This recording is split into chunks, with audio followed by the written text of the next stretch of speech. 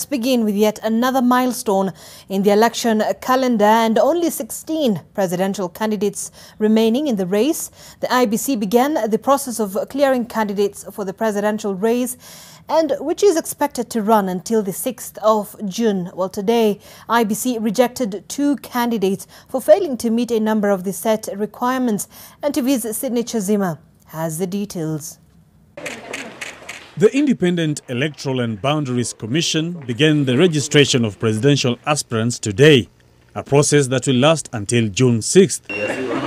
With the number of presidential hopefuls having shrunk from a record 55 to just 16, Peter King'ori and his running mate Winfred Koki were seeking to be cleared to run for the country's top seat on an independent ticket.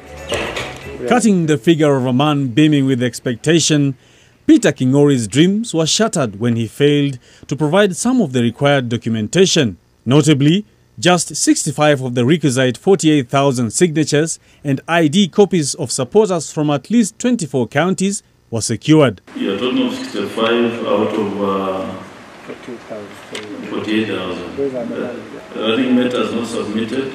Yeah, code of conduct, and also the self-declaration form is not accompanying the application. We shall reject your registration as rejected.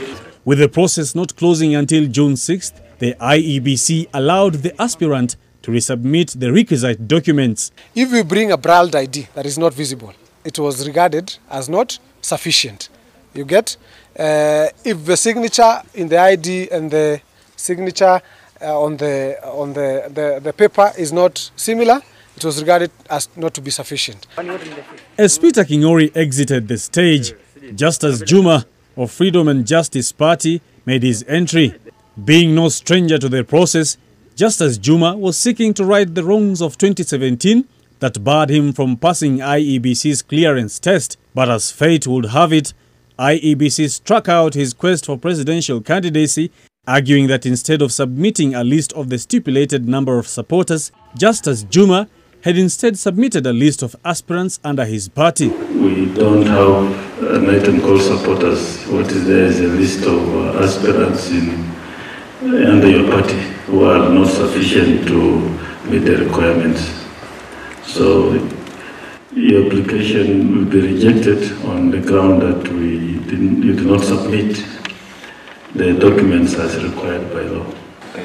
Justus will again appear before the IEBC on Tuesday morning, hoping to be cleared to run for president. If it were not the issue of the mixed CDs, which I think is not on our end, and it should not be our mistake, but we are going to address it since we've been given another date.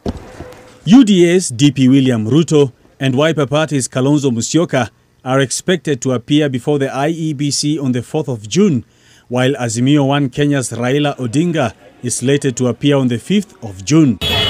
Meanwhile, one person was killed today when supporters of 2 Rongo parliamentary candidates clashed in Rongo town. According to Migori County Police Commander Wanjala, the deceased was hit by a double-cabin vehicle belonging to one aspirant.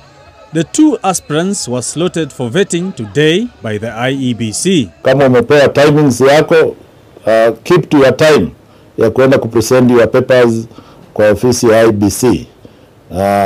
Kwa avoid aspirants kukutana. With day 1 of the presidential aspirants registration by IEBC over, focus now shifts to day 2, where Roots Party's George Wajakoya and Umoja Summit Party's Walter Mongare will be expected in to go through the process by IEBC. Sydney Chazima, NTV at the Bomas of Kenya.